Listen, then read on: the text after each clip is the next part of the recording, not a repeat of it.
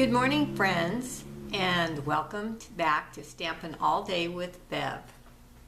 Today I'm going to feature the Under the Tree Specialty Designers paper that you can find on page 5 of the holiday catalog. Love the weight of this paper. It's great with the box maker that they feature right underneath. Been having a lot of fun with that.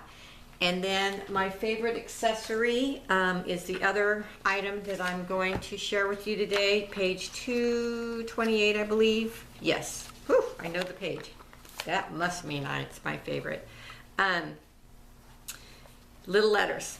Here they are, Thinlits.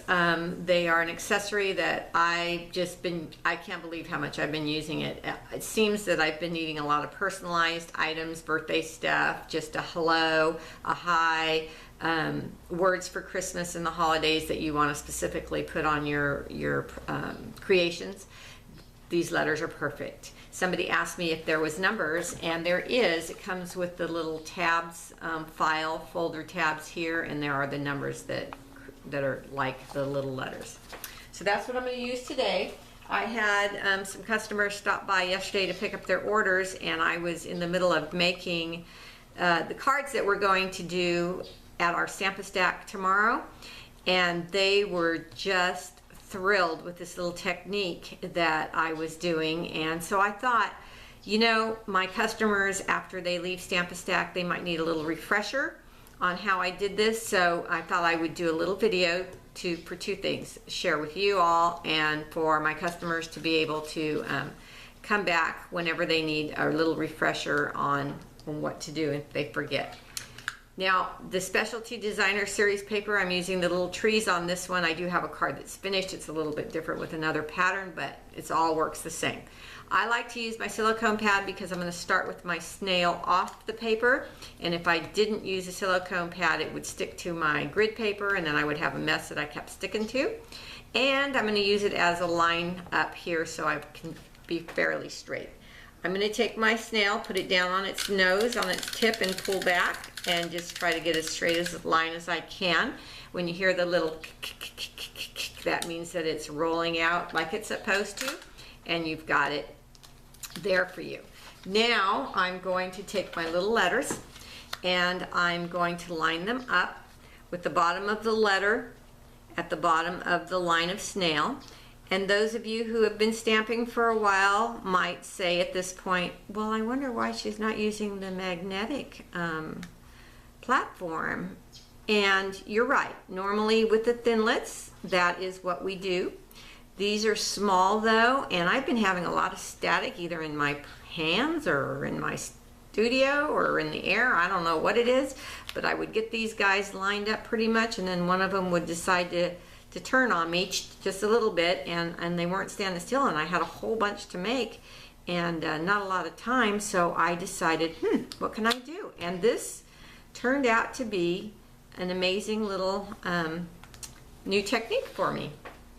So I wanted to share it with you. So I've got these the jingle lined up on the snail, and it holds really well. Now I can move it without worry, and I'm going to get my big shot here. And I'm going to lay it down onto my big shot. I have another piece of cardstock under my acrylic pad because I want it to be a little tighter than normal to make sure I get a good cut with those little letters. My big shot happens, you know, they're all adjusted a little differently, and mine happens to be a little bit loose for these. So when I put another piece of paper on the platform, it helps with the thickness and the tightness, and it ensures that everything comes out well the first time and I don't have to fuss with anything. So now I'm going to take my paper piercer, and I'm just going to poke and pull these little letters out.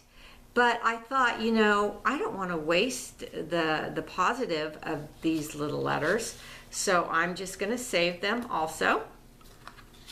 And I just go about poking them out. And because they've got adhesive, they're easy to pick up. So that just takes a few seconds.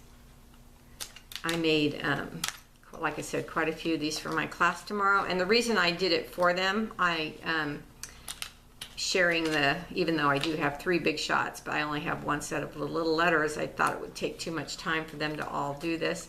So I did it for them, and as long as I show them how to do it, we're all good, and we don't have to spend the whole day here with me, although I would love them to do that.